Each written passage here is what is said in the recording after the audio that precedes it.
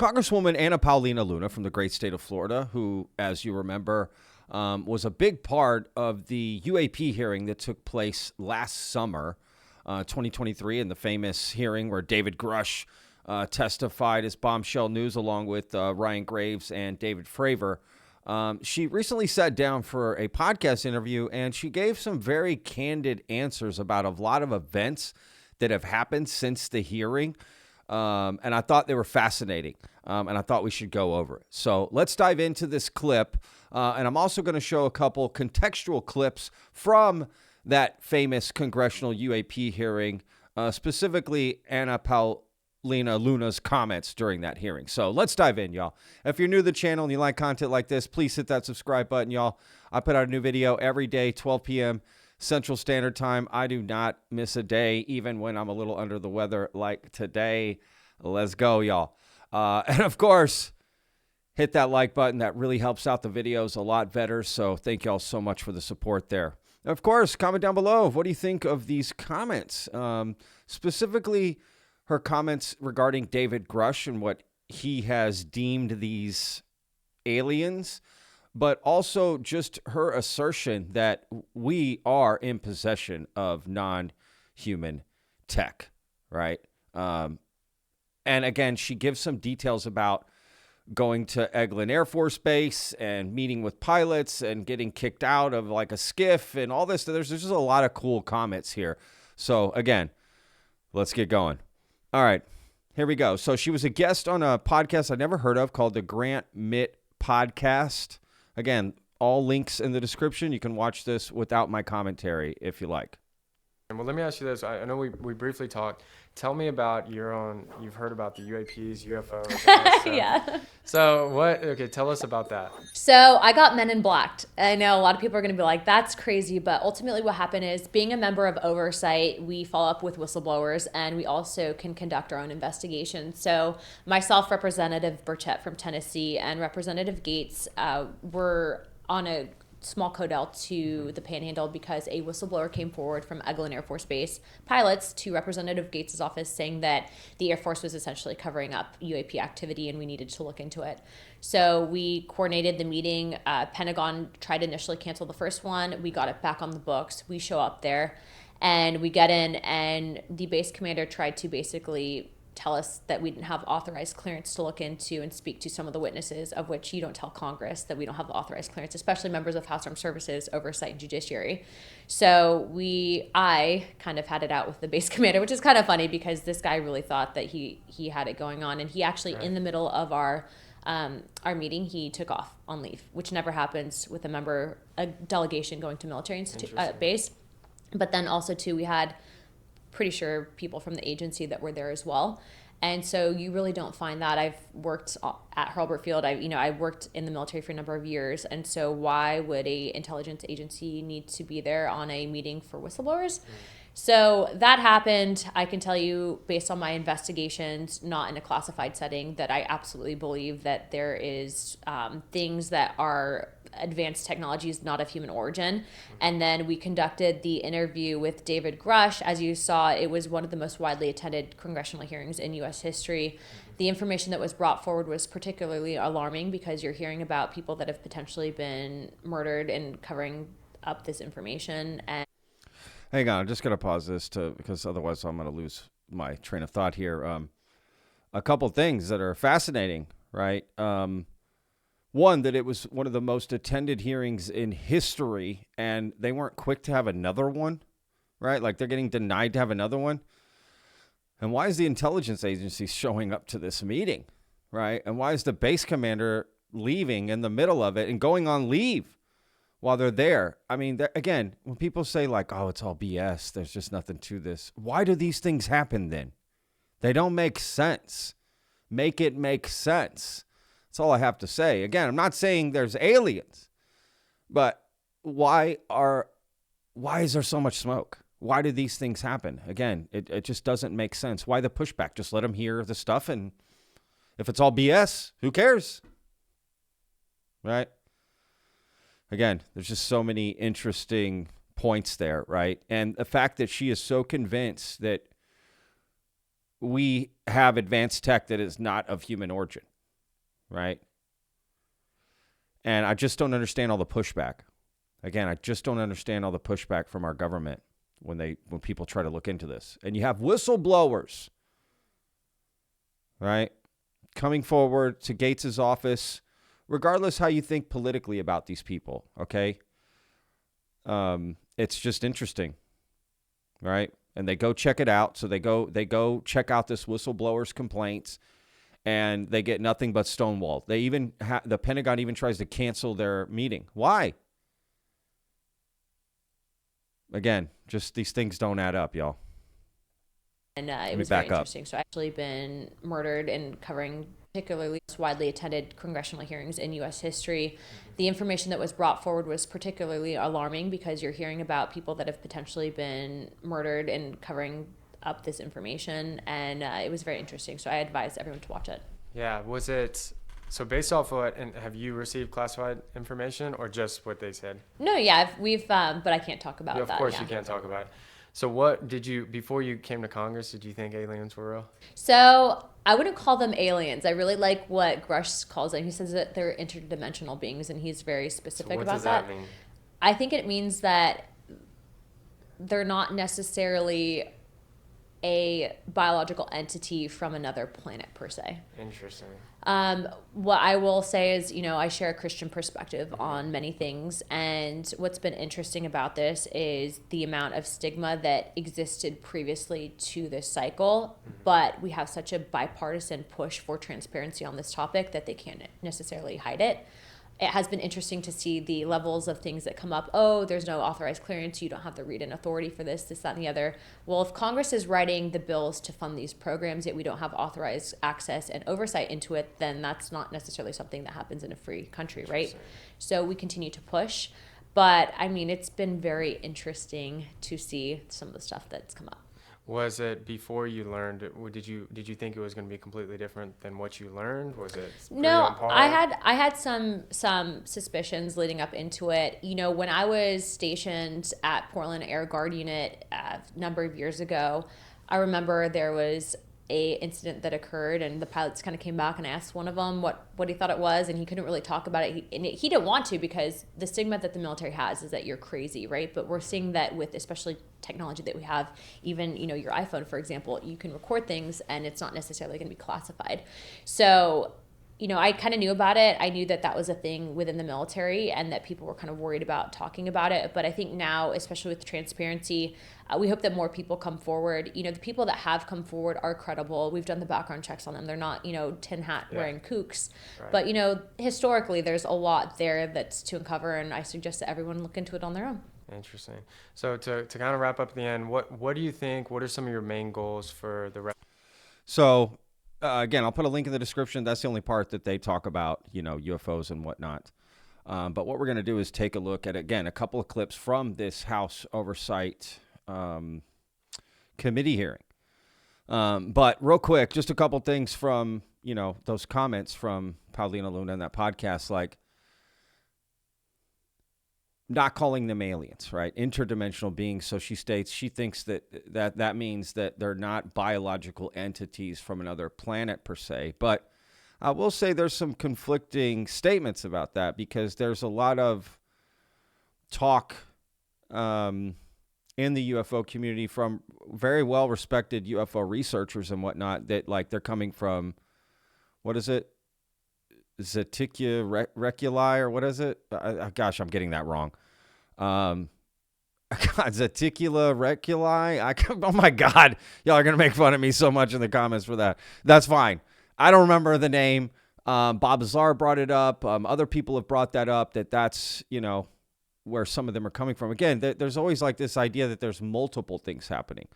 So, extraterrestrials, right? ETs from another terrestrial planet, and interdimensional, right? But again, how do we know what interdimensional is, right? And again, is that just the words we're using to describe? But it could very well be not necessarily interdimensional, but whatever, time traveling, right? Like, I don't know. I guess we need placeholders, words in place to help us describe. But again, I just wonder, how do we know they're coming from another place?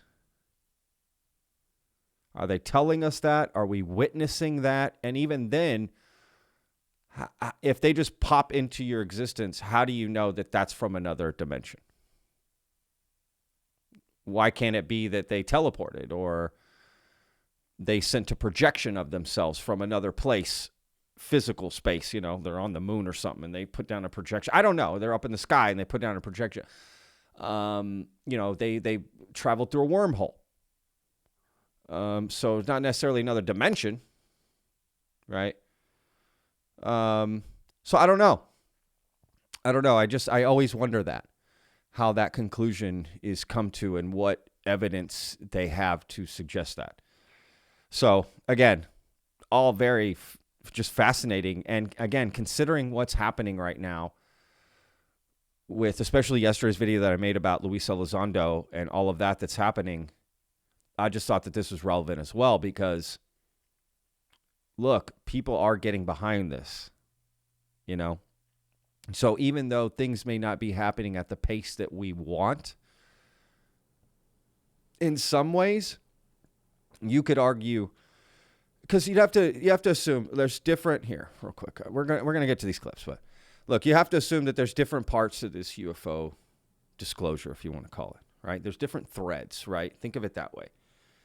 And some of these threads have progressed quite significantly. You know, our government, for instance, and how they're accepting it more and more. Again, the government is not one monolithic entity, but different parts of the government are accepting this more and more.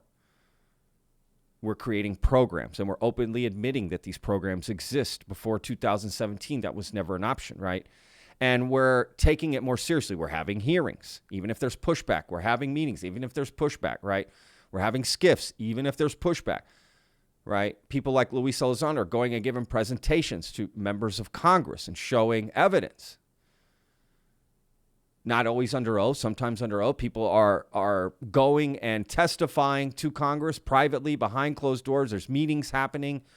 You know, good example would be Ryan Graves and his Americans for Safe Aerospace. I believe that's what it's called. Phenomenal organization, right? And they're having meetings on Capitol Hill as well, just as recently as this past week and the week before. And we are moving the needle in a lot of ways, right? And in some ways we're not. I get it. I totally get it.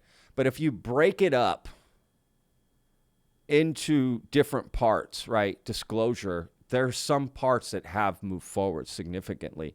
And Representative Luna and people like her are a direct example. Because just go back a year or 2 years, she has nothing to do with this. There's so many people that have nothing to do with this. And all of a sudden you have Congress people that are just making it a cornerstone of their platform, right? And their service. That's awesome. Like, we are moving forward in a lot of ways, you know? So anyway, just to give some hope, some optimism about this. And I get it. It's very easy to be like, they haven't shown me the aliens. They haven't, it's just bullshit talk. I get it, dude. I feel the same way in a lot of ways, okay? And to be honest, it depends what day of the week I wake up on, how I feel about this stuff. So, like, I get it. I can totally relate to a lot of you with that frustration. I can. But also try to sit, relax, think about it for a moment, let my emotions die down, and just think analytically about it, critically about it. Okay, let's start to break apart this web. Wow, you know what? There are things moving forward. There are some things not moving forward. And you could even argue some parts of it have moved backwards. I don't know, right? But some things are moving forward. So anyway, just to throw a little hope and optimism out there. But again, let's take a look at these contextual clips from the House Oversight Committee. Again, most of you have seen this, but maybe some of you haven't, and maybe some of you, it's just been a long time. So let's just refresh our memory. So these are, again, just a couple clips to show comments from Paulina Luna's, performance, if you want to call it, during this hearing. Especially her opening statement here. Listen to this. The circumstances surrounding UAPs has captivated the attention of the American people for decades, ingrained in even the minds of our nation's leaders from Jimmy Carter to Barack Obama, Hillary Clinton to Donald Trump, Marco Rubio to Chuck Schumer, John Radcliffe to National Security Council officials. Yet from Roswell, New Mexico to the coast of Jacksonville, Florida, the sightings of UAPs have rarely been explained by the people who have firsthand accounts of these situations. This is largely due to the lack of transparency by our own government and the failure of our elected leaders to make good on their promises to release explanations and footage and mountains of overclassified documents that continue to be hidden from the American people. This isn't just how I feel. In fact, the American people largely believe that the government has actively covered up the truth about UAPs. One poll in particular found that 68% of Americans believe that the government is hiding information about UAPs and not being honest about what we know about them. And from my personal experience, I believe the same thing. Another poll found that nearly half Americans believe that the federal government is doing a very bad or somewhat bad job of dealing with reports of UFO sightings. As Representative Burchett just referenced on the FAA bill that just went through, you can tell that that's exactly happening. Considering the thousands of testimonies and videos taken on people's phones and eyewitnesses' accounts made by credible witnesses such as doctors, pilots, scientists, and active duty service members, it is unacceptable to continue to gaslight Americans into thinking that this is not happening or that the potential of intelligent life forms exists other than humans. Even more alarming is the fact that these eyewitnesses are many of times service members and have no assurance that their lives will not be negatively impacted or even harmed by their experiences. In being an active duty service member working on an airfield, I've had conversations with many pilots where they were in fear of coming forward for retribution and or being taken off flight status. How do we know this? Because the government has said nothing to assure us otherwise. They have also did nothing to calm the concerns of over 20% of Americans who have reported to have seen UFOs or UAPs. We are simply told not to question the government and that the government has it under control. Today is the first hearing of its kind where we will attempt to get down to the bottom of what is actually happening with UAPs. But we will hear from people who have had personal sightings rather than Pentagon bureaucrats who have always been sent to stonewall our investigations. Just so that the press knows and the people know, we were even denied access to a classified briefing in a SCIF prior to this hearing due to the amount of hoops that we had to jump through to grant temporary clearance to witness Grush, who has knowledge of classified information. It is time to have an open-minded discussion on this topic, to hear the evidence and understand the magnitude of what this means, not just for our nation, but for humanity. Thank you, Chairman. I yield back the rest of my time. Thank you very much. Excellent. All right, one more clip here, y'all. Mr. Grush, in speaking to you yesterday, I just wanted to follow up on Representative Raskin's questions. In the last couple of years, have you had incidences that have caused you to be in fear for your life for addressing these issues? Yes, personally. Okay. Yeah. I just want everyone to note that he's coming forward in fear of his life. To put in perspective, if they were really not scared about this information coming out, why would someone be intimidated like that? To your knowledge, are NHIs working with adversarial foreign governments in either technology exchange programs or back engineering programs? I don't have data on that. I'm not sure. Have you heard or you had people come forward to present that evidence? Not that particular evidence that you just espoused. Okay, on the 19th of April, Dr. Kirkpatrick, head of Aero, had said that he did not find any evidence of UAPs. You also stated that you had, in your interview, that you had briefed him on information that you were uncovering, but that he did not follow up with you. Were the items that you divulged to him pertinent to national security? Yes, him and I had a classified conversation in April 2022 before he took over Aero in July 2022, and I provided him some concerns I had. Do you know why he might not have followed up with you? Unfortunately, I cannot read his mind. I wish he did. I was happy to give sage counsel to him on where to look when he took the helm of Aero. Okay, and then my last question for you before I move to Mr. Graves is you received prior approval from the Defense Department to speak on certain issues, correct? Correct, through DOPSR, DoD Pre-Publication and Security Review, and I just want to remind the public, they're just looking from a security perspective. These are my own personal views and opinions, not the department's. Okay, I'm asking that though mainly because I think that there are many people that would like to discredit you. So it does bring a certain amount of credibility to your testimony. I'm required by law to do that as a former intelligence officer, or I go to jail for revealing classified information. Yeah, we don't want you to Yeah. go to jail. My next question would actually be for Mr. Graves. Can you please explain to me in detail the event that occurred at Vandenberg Air Force Base? Certainly. In the 2003 timeframe, a large group of Boeing contractors were operating near one of the launch facilities at Vandenberg Air Force Base when they observed a very large 100-yard sided red square approach the base from the ocean and hover at low altitude over one of the launch facilities. This object remained for about 45 seconds or so before darting off over the mountains. There was a similar event within 24 hours later in the evening. This was a morning event, I believe 8:45 in the morning. Later in the evening, post-sunset, there were reports of other sightings on base, including some aggressive behaviors. These objects were approaching some of the security guards at rapid speeds before darting off. And this is information that was received through one of the witnesses that have approached me at Americans for Safe Aerospace. Was this documented in any official form, whether it was a police blotter? Yes, they had official documentation and records from the event that the witness held over the years. And I'm not going to ask you to do it right now for time reasons, but you'd be able to sketch what was witnessed, correct? And have you seen that before on any other equipment and/or during your flight time? I have not seen what they've described. This object was estimated to be almost the size of a football field, and I have not seen anything personally that large. Okay, and then another question on follow-up referencing the gimbal video Go Fast incident. Can you just clarify, because to our understanding, the footage was actually cut off at a certain point, but what happens at the end of that video, just for those Americans specifically there that are wanting to know about the rest of that footage? Certainly.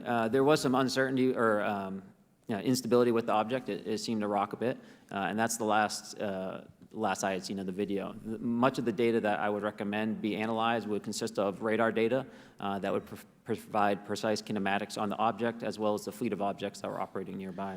Okay, and follow-up, in regards to the reporting procedures that Mr. Garcia had addressed on, as well as Representative Burchett, with the FAA, to your understanding, pilots that are seeing this, commercial airline pilots, are they receiving cease and desist letters from corporations for coming forward with information in regards to safety for potential airline passengers? I have been made privy to conversations with commercial aviators who have received cease and desist orders. So the American public should know that corporations are putting their own reputations on the not the line, but ahead of the safety of the American people. And I think, would you agree with that statement? It appears so. Okay. And I guess this would be my last, I'm out of time. I yield. I'll be back. Good. She does come back and she does say some more stuff. Great line of questioning from her. Let's be real. But, let's go over a few of those comments there at the end. The Vandenberg Air Force event and this commercial airline. I don't really remember that from the hearing, if I'm being honest. So basically, commercial pilots are being sent cease and desist to stop talking about it, even though it could be national security, right? Why would you not listen to all these pilots saying, hey, man, there's stuff flying around out here. We may be flying into it. Even if they're wrong and they mistake it for something else, you need to take that seriously. Just for the sake of safety, for, better safe than sorry scenario, right? So that's interesting. And why wouldn't you want them talking about it? Because you think it makes them, I don't know, the stigma or what? I don't know. That's interesting. And I like that, right? So now when people say, well, why are more people coming forward? Why are more people saying something? Well, there you go. There you go. There's cease and desist. There's stigma. There's all others, retaliatory, things happening to different people, right?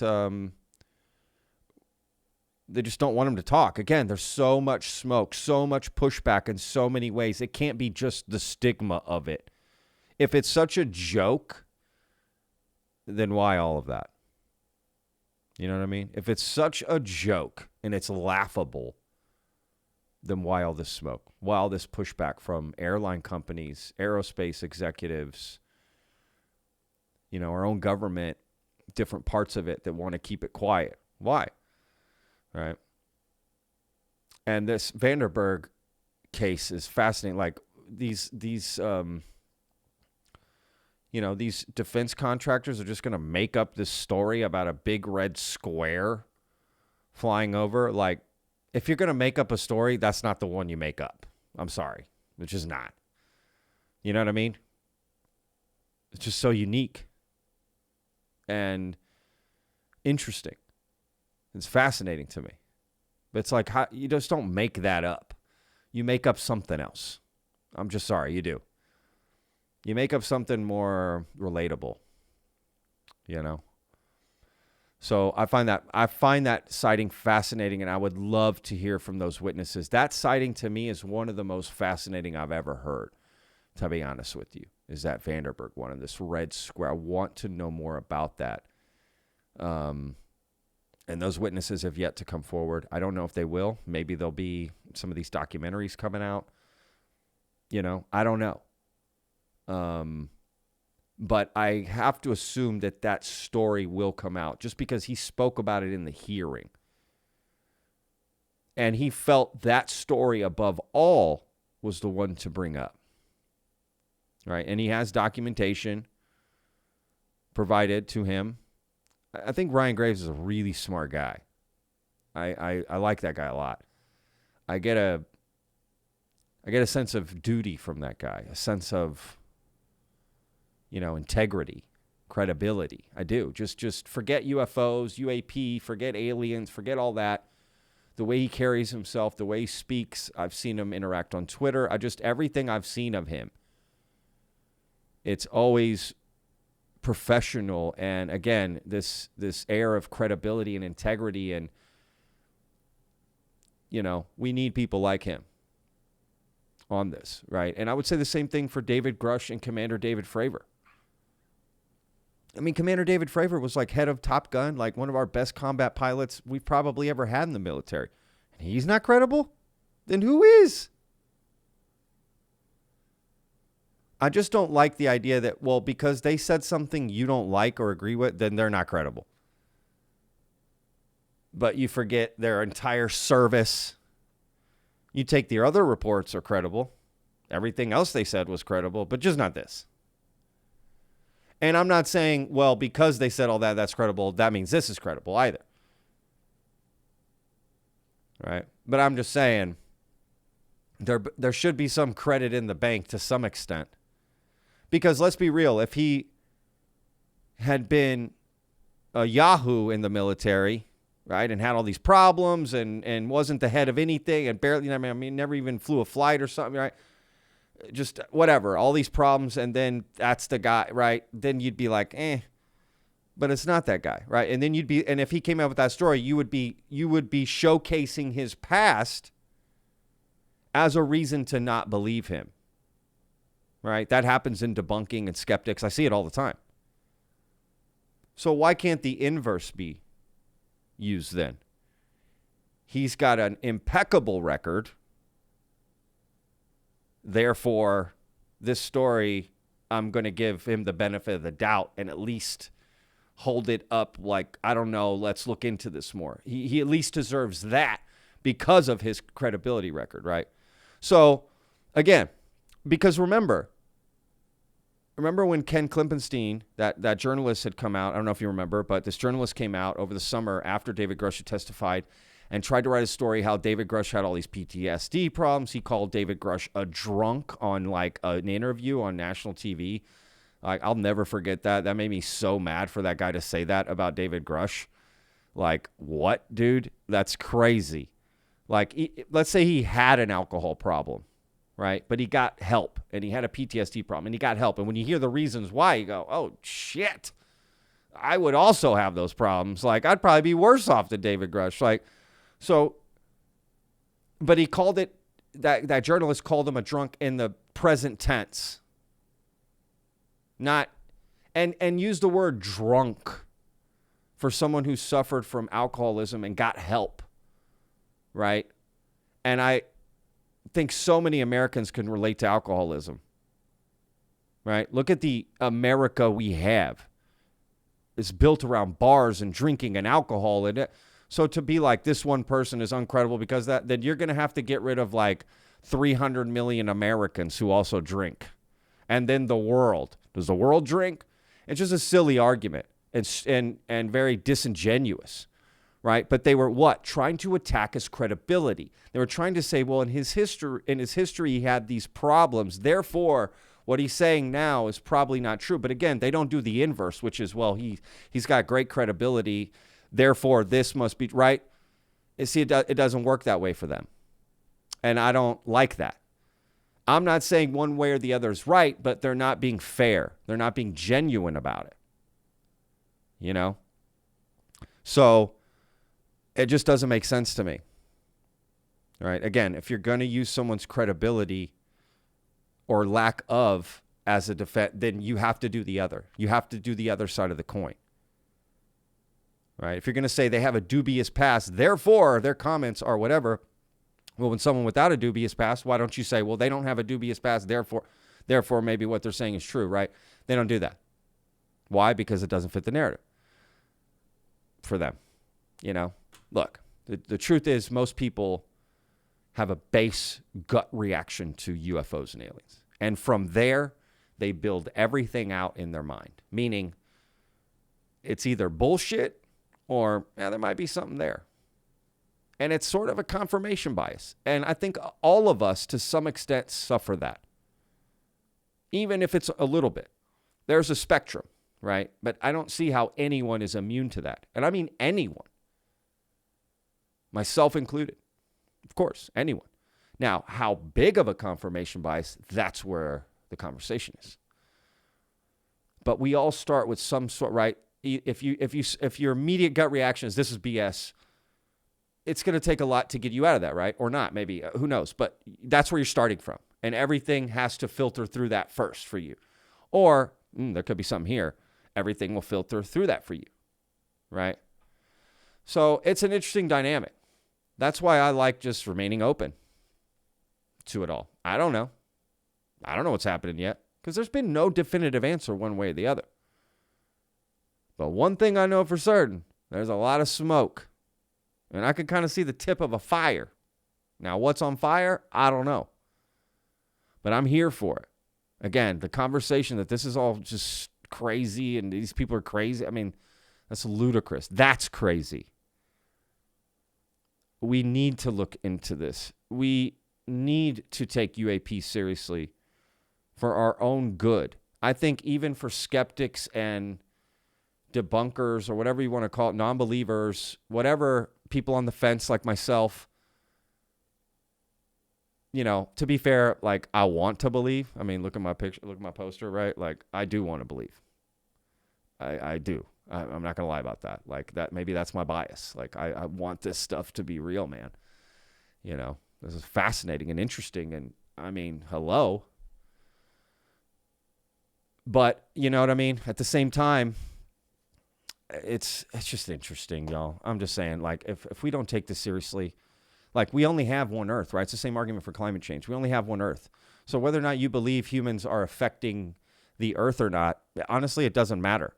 Because what would be the safest agenda to adapt, to move forward, would be to act, even if you don't believe it, to assume we are affecting the Earth and make adjustments. Because what if we're wrong and we don't make any adjustments and we fuck up the planet, right? So it's better safe than sorry. It's the same thing with UAPs. Better safe than sorry. There's clearly stuff flying around that we don't know what it is. Again, that argument is out the window too. Well, that's not true. We can identify every object flying around in the sky at all times, everywhere in the world. What? What are you talking about? That's insanity. Clearly, there are things flying around and purportedly, right, at least seemingly defying the laws of physics. I'm not saying they are, but seemingly they are. That's something to take seriously. Again, you have a lot of smart, credible people. And when I say a lot, I'm talking a lot, not a few. This story that keeps going around, you know, you have a lot of credible people saying that we should take this seriously, right? At all different levels of the government. And that's just in the government. But you have this story going around that's just a small group of crazies, little group of people that have spread all this around. It's just not true. It's literally demonstrably false to say that. There are clearly thousands of people with sightings, with experiences. I would even put it in the millions worldwide. So what is this small group of 10, 15 people that's going around to the government? Like, are there some similar people doing similar things? Yeah. And might there be a small group of people who have a particular movement within, and are trying? Sure. But that doesn't mean they're the only ones. That idea is crazy to me. Look, I'm all about being skeptical. But again, in general, you should keep an open mind. I don't see how you don't want to do that moving forward. We have to keep an open mind. We wouldn't be where we are as humanity if we were closed-minded. We would have never ventured out of that cave to see what's on the other side of that hill, even though there's lions and tigers and bears on my that can kill us. We would have never crossed the ocean not knowing what's out there if we were not curious, right? We would have never got to the moon. We would have never, pretty much every invention we have, engineering, science-wise, they were curious. They took a chance. Galileo's a perfect example, right? Like, there's so many people who took a chance and thought about the world and reality different from everyone and took a chance. And some of them turned out to be right. And we wouldn't be here without that. We wouldn't have what we have, right? Now, I know there's definitely the argument that we were given some of this stuff a long time ago. That's why we're different from the apes, right? How can monkeys still be around if we evolved from monkeys? Right? That's the argument. So maybe there's some truth to that. But regardless, let's assume it's not. Again, my argument is always going to be, regardless how you feel about UFOs, whether you think it's bullshit or not, we should take it seriously. Because if we're wrong, we're really wrong, and we're effed. We only have this planet right now, y'all. So we should take it seriously. So anyway, that's my video. Thank y'all so much for listening. I do appreciate it. I'm curious to, hear y'all's comments about this. And remember, I'm interviewing, actually, as this video is premiering, I'm interviewing Mick West. And we're talking about this, and that's something I'm going to bring up to him. But let me be real here. I think someone like Mick West is essential to the UFO community, right? And you might be saying, what are you talking about, Patrick? He's disingenuous. He doesn't trust military witnesses. He's, claims to have debunked the gimbal videos, and he this and he that, and all these things that people say about him. Okay. That doesn't mean anything. All of those things you said about Mick West, there are people in the UFO community who do that. So that can't be the reason. We need balance. Balance is what makes the world go round. We need that balance. It's okay to have people with a different opinion in the UFO community, even if all they're trying to do is debunk. Let them. Believe it or not, it's like marketing. Believe it or not, that actually brings people to the UFO community. I promise you. It furthers it. It brings more people in to look at it. Because they'll come in and look at it and go, oh, well, I don't know about that, but let me check this out over here. Brings them in the door. So I say let him keep doing it. And Mick's, to me, a good person. In the sense, I've interviewed him twice. I've had no issues with him. He's a great guy. He treats me great. I treat him great. Like, just human to human, adult to adult. I don't judge people based on their opinions of UFOs. I just don't. I don't care. Just like I don't judge people on their views on religion, on politics. That's just not how I judge people. If I'm going to be friendly with them and civil with them. You know what I mean? I have friends that don't believe in UFOs and think it's all BS. Why am I going to stop being their friends? They've been my friends 30 years. And they say things just like Mick West says. They even cite Mick West. I don't care. Go for it. If we were to get rid of the discussion, we would lose. I promise you. If you're a believer and you're really into this, I promise you that is not good for the conversation. You need people pushing back. You need some people calling out BS. It's okay, because there is some BS in the UFO community. Let's be real. Every story in the UFO community cannot be true. That's also impossible. Just like it's impossible that they're all untrue. It's also impossible that they're all true. So there are some people that have jumped into this community to hijack it, tell a fake story, and gain some relevancy. Right? And that's okay. Let them digest it. Let people have their own opinions. Create the discussion. That discussion only moves the UFO community forward. I promise you. All right? So, anyway, thank y'all for listening. Hope you enjoyed it. Check out the interview with Mick West. It's going to be coming out tomorrow. And we're going to be talking about the Wikipedia stuff. That's what we're getting into. That's why I'm having him on. Nobody wants to talk to him about it. So I figured, come on, I'm happy to talk to him about that and ask him some questions. And y'all gave me, some great questions to ask him, and I am going to ask them. So I look forward to the conversation. I look forward to sharing it with y'all. And I hope we can show Mick that the vetted community, us vetters, we're balanced, we're fair. And we can hear differing opinions and not get upset. Let's show him that. Let's show them that we can have balanced conversations about this. Doesn't mean you need to change what you believe. Just say what you believe. But they also, he also has a right to say what he believes. You know what I mean? That's just how it is.